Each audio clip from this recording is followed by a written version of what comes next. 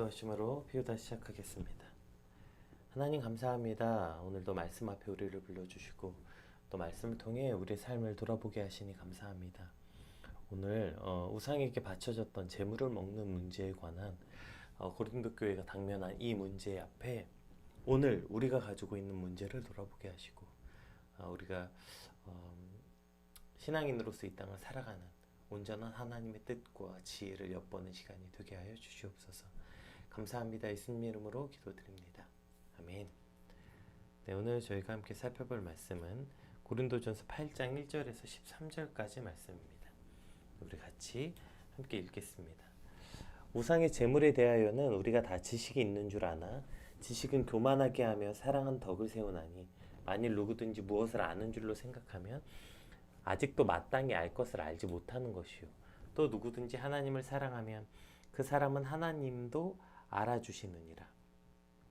그러므로 우상의 재물을 먹는 일에 대하여는 우리가 우상은 세상에 아무것도 아니며 또한 하나님은 한 분밖에 없는 줄 아노라. 비록 하늘에나 땅에나 신이라 불리는 자가 있어 많은 신과 많은 주가 있으나 그러나 우리에게는 한 하나님 곧 아버지가 계시니 만물이 그에게서 났고 또 우리도 그를 위하여 있고 또한 주 예수 그리스도께서 계시니 만물이 그로 말미암았고 우리도 그로 말미암았느니라. 그러나 이 지식은 모든 사람에게 있는 것은 아니므로 어떤 이들은 지금까지 우상에 대한 습관이 있어 우상의 제물로 알고 먹는 고로 그들의 양심이 약하여지고 더러워지느니라. 음식은 우리를 하나님 앞에 내세우지 못하나니 우리가 먹지 않는다고 해서 더 못 사는 것도 아니고 먹는다고 해서 더 잘 사는 것도 아니니라. 그런즉 너희의 자유가 믿음이 약한 자들에게 걸려 넘어지게 하는 것이 되지 않도록 조심하라. 지식이 있는 내가 우상의 집에 앉아 먹는 것을 누구든지 보면 그 믿음이 약한 자들의 양심이 담력을 얻어 우상의 재물을 먹게 되지 않겠느냐. 그러면 내 지식으로 그 믿음이 약한 자가 멸망하나니 그는 그리스도께서 위하여 죽으신 형제라. 이같이 너희가 형제에게 죄를 지어 그 약한 양심을 상하게 하는 것이 곧 그리스도에게 죄를 짓는 것이니라. 그러므로 만일 음식이 내 형제를 실족하게 한다면 나는 영원히 고기를 먹지 아니하여 내 형제를 실족하지 않게 하리라. 아멘. 이제 고린도 교회 안에 그 신앙생활의 현안들에 대한 그 바울의 목회적 답변이 이제 고린도전서 7장부터 쭉 나오고 그 첫 번째 현안이었던 결혼에 대한 주제, 그리고 이제 오늘 본문부터는 두 번째 현안인 우상에게 바쳐졌던 음식을 먹는 문제, 즉 우상 제물의 취식 문제를 다루고 있어요. 이 당시 이제 대부분 그리스 로마 도시들에는 우상 신전들이 자리를 잡고 있죠. 우리가 그래서 지금까지 아주 유명하잖아요, 로마 신전들. 시민들의 생활 속에서 이 우상 신전에서 제사와 관한 직접적으로 또 간접적으로 그 많은 시민들의 생활이 이 우상 신전과 연결되어 있었어요. 뭐 예를 들어 이제 도시의 시민들이 정기적으로 이제 우상 신전에 참여하여 제사를 드리고 또 많은 대중 집회들이 이 우상 신전을 중심으로 이루어졌어요. 또한 이제 고기를 비롯한 우상에게 제물로 바쳐졌던 엄청난 양의 제물들은 다시 일반 시장으로 유통돼서 이제 시민들의 식탁에 오르게 된 거죠. 뭐 이런 상황은 이제 당연히 고린도도 예외가 아니었어요. 그리고 오히려 고린도는 더 심했다고 해요. 이제 이게 기록될 당시 AD 55년 무렵에 고린도에는 그 치유의 신이었던 그 아스클레피우스, 그리고 태양의 신이었던 아폴로, 미의 여신 아프로디테 등 당시에 어마어마한 규모의 신전들이, 그러니까 메이저급 신전들이 이렇게 있었고, 또 127개 그 외에도 다른 신전이 있을 정도로 우상 숭배와 신전이 아주 극성을 이루고 있었다고 해요. 그러니 이렇게 수많은 신전들이 있었으면 그 신전에는 수많은 제사가 있었고, 그 제사가 끝나고 난 다음에 바쳐진 제물들은 사제가 필요한 것만 갖고 나머지는 다 시장에 내다 팔았대요. 그러니까 어마어마한 양의 신전에서 썼던 제물들이 이제 일반 시장으로 풀렸던 거예요. 그럼 그것은 이제 제물에 바쳐졌던 고기인지 일반 고기인지 판단하기가 쉽지 않았기 때문에, 그러니까 그걸 구별하지 못하고 이제 가서 사 먹는 일들이 발생한 거죠. 또한 이제 당시 고린도에선 그 신전에서 제사를 지내는 것이 가장 중요한 종교적 행사였고, 그게 사회적이고 가정적 행사였다고 해요. 그래서 이제 제사 행위가 사회적이고 가정적이라는 것은 당시 사회와 가정에서 가장 중요한 행사들을 다 신전에서 이루어졌다는 거. 뭐 예를 들면 우리로 따지면 결혼이나 뭐 돌잔치, 회갑잔치, 어쨌든 이런데 믿지 않는 사람들의 이러한 잔치에 우리가 참여하잖아요. 자, 그렇게 남의 집에 잔치에 참여하게 되고 이제 친지나 지인들의 초청에 의해서 신전에 가서 이제 그런 행사를 하게 되는데, 그럼 이제 거기에 당연히 그리스도인들도 초청됐을 거 아니에요. 그럼 이제 그 탁 결혼식이 마친 다음에 그다음에 음식이 나오면 그 음식들은 이제 당연히 이제 제사에 사용됐던 음식이었던 거죠. 그러니까 이제 이 음식에 관해서 어떻게 할 거냐는 거예요. 그리스도인들이 신전 제사에 초청되었을 때 거기서 과연 이걸 먹어도 되는가, 음식을. 그렇다고 남의 잔치에 초청돼서 가서 난 먹지 않는다, 멀뚱히 앉아 있는 게 옳은가? 혹은 이제 우상에게 바쳐졌을지도 모르는 고기가 시장에 있기 때문에 시장에선 고기를 사 먹을 수 없다, 이제 이렇게 말했다고요. 그럼 과연 시장에서 고기를 사 먹어도 되는가? 왜냐하면 그건 우상에게 바쳐진 고기였을 수도 있고 아니었을 수도 있으니까요. 또 다른 사람이 집에 방문했을 때 그럼 이제 그 집에도 고기가 있을 거 아니에요? 그럼 그 고기를 먹는 게, 저는 그럼 이 고기가 우상에게 바쳐졌을지도 모르기 때문에 저는 고기는 먹지 않습니다, 라고 말해야 되는 것인가? 지금 이것이 당시에 이제 현안이었죠. 그리고 이것은 지금도 답하기가 꽤나 어려운 문제인 것이죠. 특별히 이제 기독교로 개종한 이방인들 출신, 그러니까 이방인들 출신인데 기독교로 개종한 사람들은 이 그리스도인의 자유에 대한 굳은 신념, 그러니까 소위 오늘 본문에서 믿음이 강한 자들이었어요. 특별히 이제 고린도 교회가 영지주의 영향을 받았다고 했잖아요. 그래서 그리스도인들의 자유를 지나치게 주장했었잖아요. 그동안 결혼 문제도 보았던 것처럼. 그렇기 때문에 이들은 우상 제물의 자체는 아무 의미가 없다, 그게 무슨 말도 안 되는 소리냐, 이제 어떻게 이렇게 주장했고, 또 반대편에서는 유대교회에 있다가 개종한 그리스도인들 있잖아요. 유대교에선 우상의 제물을 엄격하게 금하는 구약 율법의 규례에 매여 있던 사람들이었어요. 그러니까 이들은 우상 제물을 먹는 것은 어마어마한 죄를 짓는 거였어요. 우상 숭배에 동참한 것과 동일하게 여겼다고. 그러니까 그 우상 숭배한 음식을 먹는 건 내가 우상 숭배한 것과 동일하다, 그렇기 때문에 그것을 먹으면 내 몸을 더럽히는 것이다, 그렇기 때문에 그것을 단호하게 거절했어요. 자, 그러니까 양극단에 있던 이방인 출신의 개종한 그리스도인과 유대인 출신의 개종한 그리스도인들이 한 공동체 안에 있었던 거죠. 한 교회 안에. 그러니까 교회 안에서는 이와 같이 우상 제물을 출시강하는 문제에 있어서 극단적 두 부류의 사람들의 분쟁이 그치지 않았고, 이러한 배경 속에서 이제 오늘 본문이 등장하게 됩니다. 그런데 우리가 한번 오늘 본문을 통해서 보아야 될 것, 사실 이 문제가 지금도 있는 거 아닙니까? 교회 안에서 이거 해도 되냐 해도 안 되냐, 이런 문제들이요. 지금도 동일하게 있죠. 그 뭐죠? 명절에 그렇게 제사상에 올라간 음식 먹어도 되냐, 먹으면 안 되냐, 이런 문제. 뭐 이거 아주 이건 단순한 문제고, 또 개념을 넓힌다면 술에 관한 문제, 뭐 이런 문제가 있죠. 예. 그러니까 그리스도인, 그러니까 비그리스도인이었다가 그리스도인이 된 사람들에게 술은 그저 아무런 의미가 없는 음료수와 같은 기호식품일 뿐이고, 전통 기독교 신앙에 자라온 사람들에게 술은 어마어마한 의미를 가진 음식인 거죠. 이것이 부딪혔을 때 오는 어떠한 그 문제들, 이러한 교훈들을 우리가 받을 수 있게 되는 것이죠. 뭐 술뿐 아니라 이런 문화의 문제들을, 그러니까 전통 기독교인의 문화와 또 이방인이었다가 중간에 기독교인이 된 사람들의 문화의 부딪힘, 이런 것들을 오늘 본문을 통해서 우리가 볼 수 있게 되는 것입니다. 자, 먼저 1절, 첫 번째 1절 말씀부터 한번 같이 살펴보겠습니다. 우상의 제물에 대하여는 우리가 다 지식이 있는 줄 아나 지식은 교만하게 하며 사랑한 덕을 세우나니. 자, 이렇게 시작해요. 자, 우상에 관한 이야기를 먼저, 우상에게 바쳐진 제물에 관한 이야기를 먼저 제물을 먹는 문제에 관해서 먼저 얘기를 하면서, 그 문제를 직접적으로 거론하기보다는 지식이 있는 줄 알고 그것을 주장하는 이들의 태도의 문제를 먼저 다루고 있다는 거예요. 우리가 다 지식이 있는 줄 아나 라고 하는 이 구절이 뭐냐면, 고린도 교인들이 스스로 자신이 지식을 자랑할 때 사용했던 표현이라고 해요. 이 표현이 우리가 다 지식이 있다, 이것이 고린도 교인들을 이제 헬라 철학의 영향을 받아서 처음에 계속 말씀드렸잖아요. 이들은 굉장히 지적인 것을 추구했고 철학적 사고와 논리적 사고를 추구했어요. 그래서 그들은 지적으로 어떤 깊이 사고하는 것에 굉장히 깊게 매료돼 있던 사람들이었어요. 그래서 우리가 다 지식이 있는 줄 아나, 그것을 스스로의 그러한 사고와 지식을 자랑할 때 사용했던 표현, 그것을 그대로 바울이 지금 그들에게 돌려주고 있는 거죠. 그 말 그대로 인용하고 있는 거예요. 그들이 당시에 자주 사용하던 그 표현 그대로. 자, 너희가 그렇게 너희는 깊게 사고할 줄 아는 사람들이라면, 자, 그렇다면 이처럼 지식의 자부심을 가졌던 고린도 교인들에게 너희들의 그러한 지식은 그저 교만하게 할 뿐이다, 이렇게 말하고 있는 거예요. 4절 이후에 바울이 이제 이들의 논리가 맞다고 말하거든요. 우상은 아무것도 아닌 존재이기 때문에 뭐 그것을 먹는다고 해서 몸이 더럽혀지거나 그런 거 아니다. 이미 바울도 지금 이 지식이 있는 줄 아나라고 말했던 그들의 지식에 동의하고 있어요. 그리고 그것이 옳고 합리적인 견해라는 생각엔 바울도 동의하고 있는 겁니다.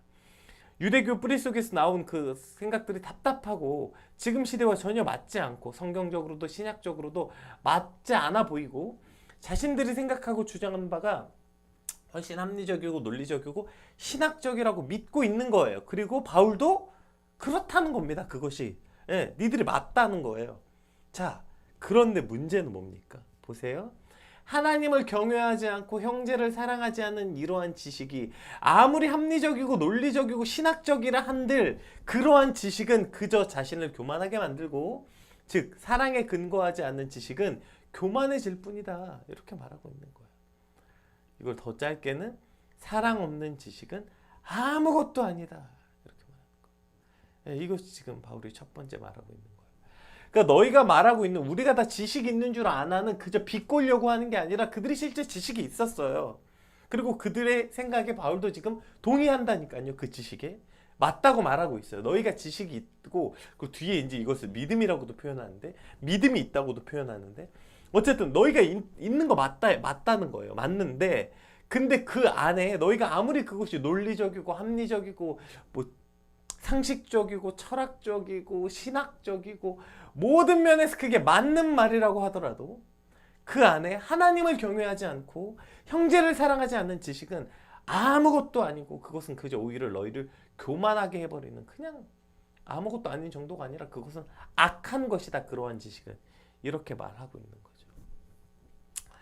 오늘 그러니까 사랑 없는 지식은 아무것도 아니다. 우리 그리스도인들은 물론 참된 지식이 필요하지만 참된 진정한 지식은 지식으로 완성되는 게 아니라 사랑으로 완성되는 것이다. 이렇게 지금 바울이 교훈하고 있는 것이죠. 오늘 이 말씀이 참 저한테 뼈 아픈 것 같아요. 사실 요즘에 이제 제가 특별히 이제 주일부터 요 며칠간 주로 제가 요새 하는 일이 이런 거거든요. 그러니까 제가 어떤 한 교회, 지교회를 맡고 있지만 또 본교회 안에서 본교회 사역자들과 소통해야 되는 일들이 있어요. 그리고 이제 특별히 요즘에 이제 5월 달에는 이제 그 제가 지교회를 맡고 있음에도 불구하고 본교회 사역자들을 제가 뭐 이거 해라 저거 해라 하면서 이제 뭘 해야 되는 지금 그런 일을 같이 하는 게 있어요. 그러다 보니까 자꾸 어떤 사실 제가 교회 처음 왔을 때부터 좀 답답한 게 있었는데, 그땐 그냥 뭐 말 안 하고 계속 참고 있었는데, 이제 제가 이 일을 주도해야 되는 상황이 되고, 이제 제가 그걸 주도하면서 어떤 일들을 지시하고 같이 일하다 보니까 어떤 상황들 앞에서 자꾸 짜증이 나고 화가 나는 거예요. 그래서 이제 그걸 자꾸 이제 말하기 시작하는 거예요. 뭐 이제 예를 들어서 회의를 하든 뭘 요청하든 그냥 다 앉아서 자기 일이 아니라는 태도와 어떤 이런 것들이 참 답답하고, 아, 저게 어떻게 사역자들이고 성도들을 어떻게 저렇게 대하나, 이런 답답함들을 이제 자꾸 말하게 되는 거예요. 심지어 이번 주에는 제가 네, 우리 귀한 전도사님들에게 제가 막 엄청 화내면서 너네 스승의 날이라고 교인들이 꽃 주고 선물 주니까 사역자 같냐고, 그러니까 그게 신나냐고, 사역을 이따위들 하는데 어떻게 당신들이 사역자냐, 당신들 그냥 직장인 아니냐, 제가 막 이렇게까지 말했거든요. 그 장면이 오늘 말씀을 묵상하는데 탁 떠오르더라고요. 그리고 오늘 이제 제가 이제 본 주석에 오늘 본문을 이렇게 설명한 글이 있었어요. 잘 들어보세요. 악한 자들의 손에 들려진 지식은 미친 사람의 손에 들린 칼처럼 형제를 해치는 무기가 될 수 있다. 줄여볼까요? 악한 자들의 손에 들린 지식은 미친 사람의 손에 들린 칼과 같다는 거예요.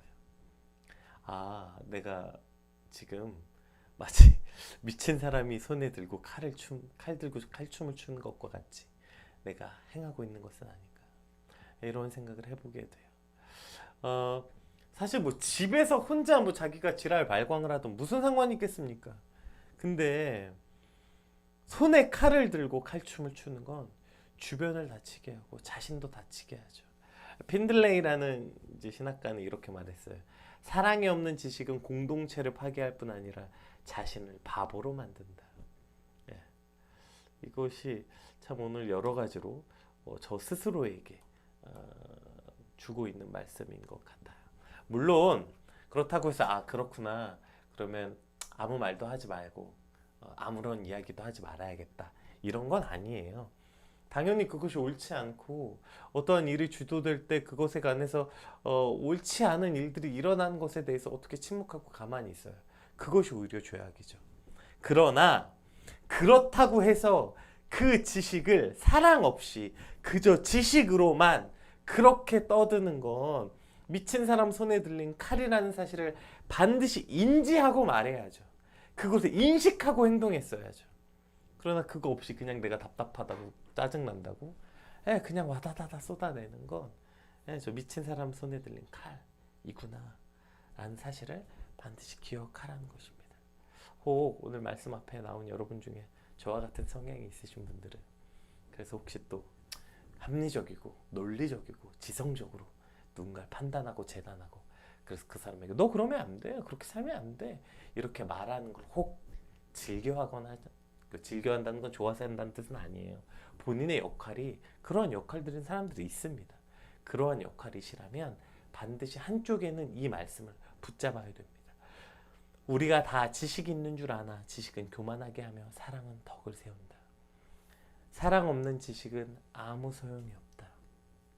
그것은 미친 사람 손에 들린 칼이 되었다. 이렇게 꼭 마음 한쪽에는 꼭 기억하면서 그렇게 살아가야 될 것 같습니다. 우리 2절 3절 말씀도 한번 같이 읽어볼게요. 2절 3절 만일 누구든지 무엇을 아는 줄로 생각하며 아직도 마땅히 알 것을 알지 못하는 것이요 또 누구든지 하나님을 사랑하면 그 사람은 하나님도 알아주시느니라. 자 이제 첫 번째는 이제 너희가 지식을 자랑하는 거, 사랑 없는 지식에 관해서 말하고, 두 번째 그럼 너희가 안다고 말하는 것도 한번 얘기해 보자는 거예요. 뭘 알고 있냐는 거예요. 고린도 교인들이 지금 자신들이 지식을 추구하고 굉장히 높은 철학적 사고와 논리적 사고, 합리적 사고를 추구한다고 자랑했지만 정작 그 지식이 이 문제 하나도 해결하지 못하고 있지 않냐. 너희가 무엇을 아는 줄로 알고 있지만 그것이 뭘 해결하고 있냐. 아무것도 해결하지 말고 오히려 너희는 뭘 안다고 말하고 있지만 마땅히 알아야 할 것을 알지 못한다. 여기서 마땅히 알아야 될 건 뭐예요? 하나님을 알지 못하는 거죠. 너희가 하나님을 지식적으로는 알지만 하나님이 원하시는 것, 하나님이 추구하는 것, 즉 하나님의 속성, 즉 누구든지 하나님을 사랑하면 그 사람이 하나님도 알아주신다는 거예요. 하나님이 원하시는 건 너희가 그렇게 하는 게 아니라 오히려 형제를 사랑하고 하나님을 사랑하는 것, 그것이 하나님을 안다는 거예요. 너희가 글자적으로 문자적으로 하나님을 아는 것이 아니라 진짜 하나님을 알았어야지. 그렇게 너희가 철학적 사고를 자랑하고 무슨 합리적 사고, 상식적 사고, 인간의 도리, 뭐 기타 등등을 다 갖다 댄다 하더라도 그렇게 알면 뭐해? 그것은 그냥 그냥 아무것도 아니라는 거예요.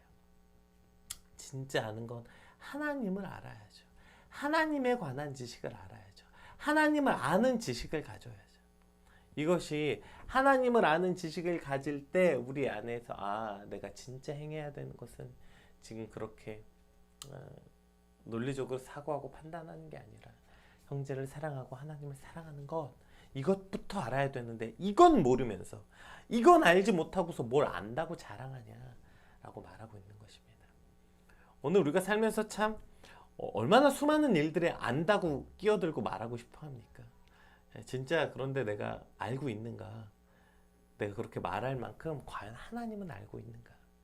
이것이 반드시 함께 고려되어야 된다는 것입니다. 오늘 시간이 많이 없어서 일단 이것이 가장 중요한 핵심이었으니까. 그러니까 우리가 안다고 말할 때 물론 알아야 되고 알아야 일을 할 수 있습니다. 그러나 반드시 한쪽에서는 그것이 사랑 없는 지식이 미친 사람 손에 들린 칼이라는 사실과 내가 안다고 말할 때 과연 나는 하나님에 관한 지식은 알고 있는가?